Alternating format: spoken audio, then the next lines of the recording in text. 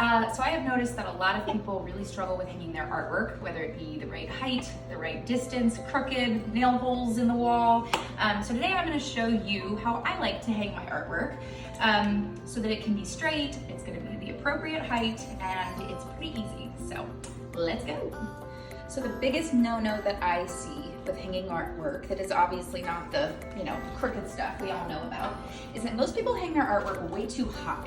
So I'll come into homes and their artwork is way up here. But if you ever go into an art gallery, you're actually gonna see that all of the artwork is at eye level so that you can actually look at the art. Go figure, right? So what does eye level mean? Usually for the average person, that's 58 to 60 inches from the floor to the center of the artwork. What does that mean? It means that the average person's eye line is 58 to 60 inches from the floor. Mine is 59 inches. If you're a tall person, it might be a little bit higher and you can make those adjustments. To find out, put your tape measure on the floor and look straight at it. Mine's usually about 59. It's actually kind of between 59 and 60, but I like to hang mine at 59. So when you hear 58 to 60 inches on center, we're not saying that 58 to 60 inches is gonna be the place where we put our nail holes. We're saying that that's going to be the center of our artwork.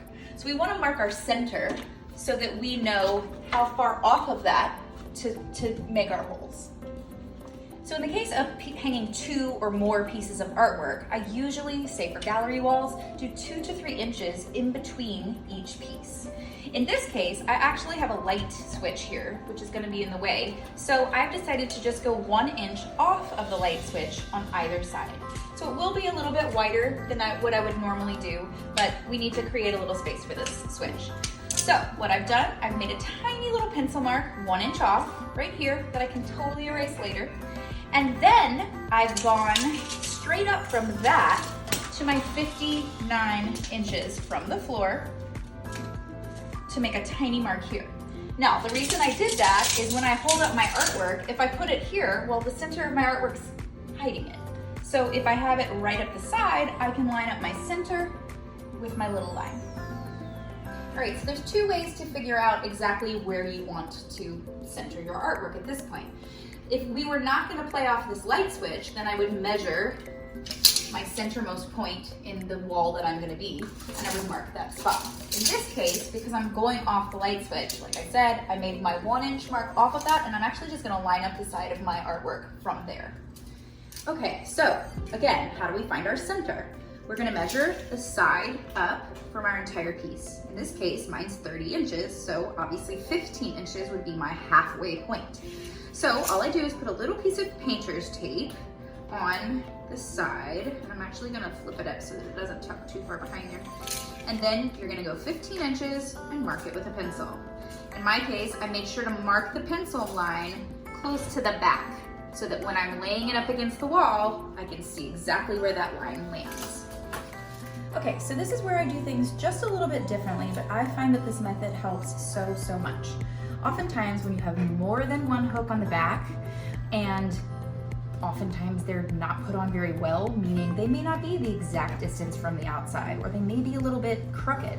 Then you think you're straight and they come up super crooked. So what I do is take painter's tape and I'm gonna go along the exact top, go ahead and tear it, the exact top of my artwork. Okay, so I'm very careful here to line this up exactly with the edge. And by the edge, I mean this edge.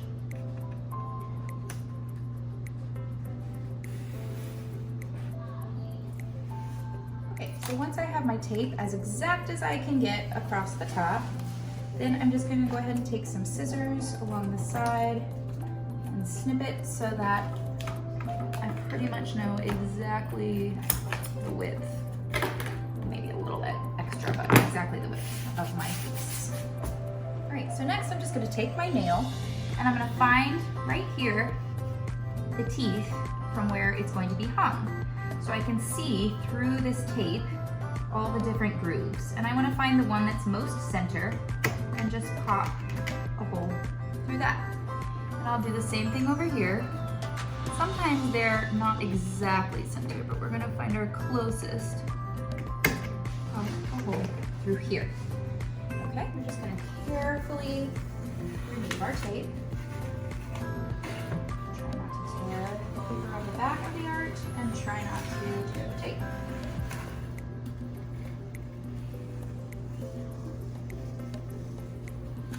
Okay, all right, so I'm just gonna make a quick little corner mark once I have my center point and make sure that I'm level.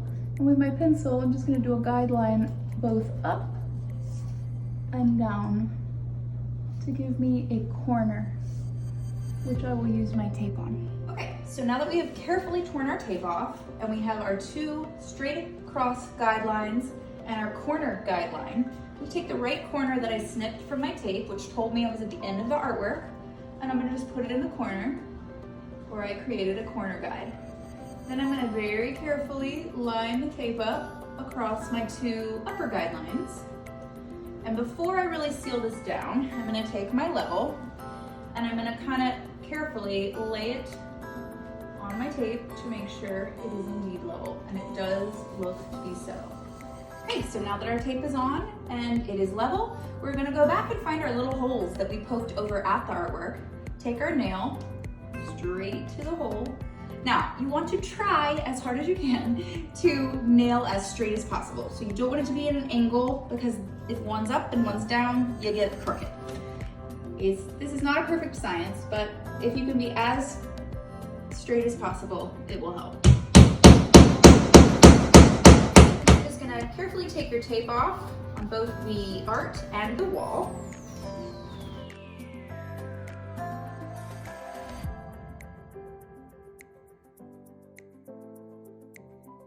Okay, so it's now the moment of truth. We will hang it and see if we're level.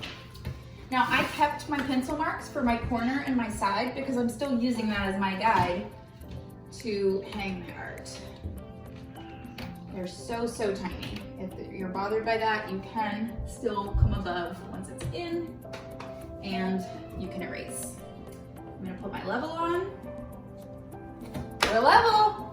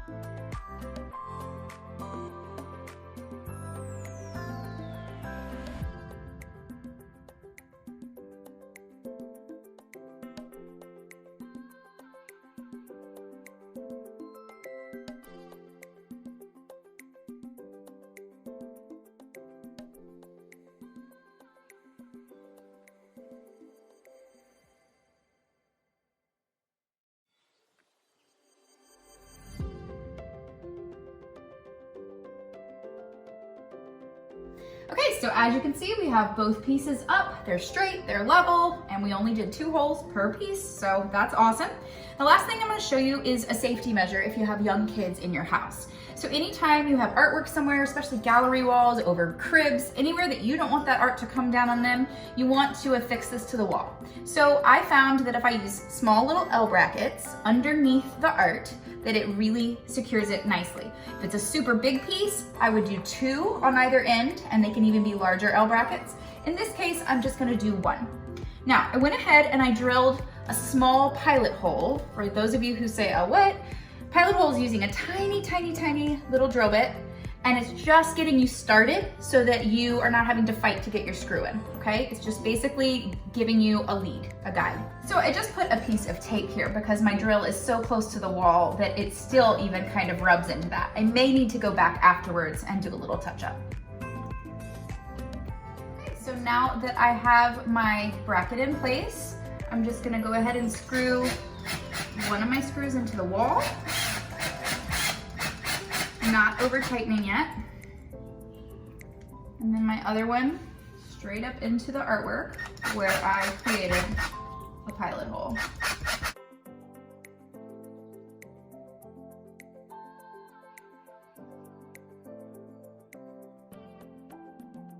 And that's not going anywhere.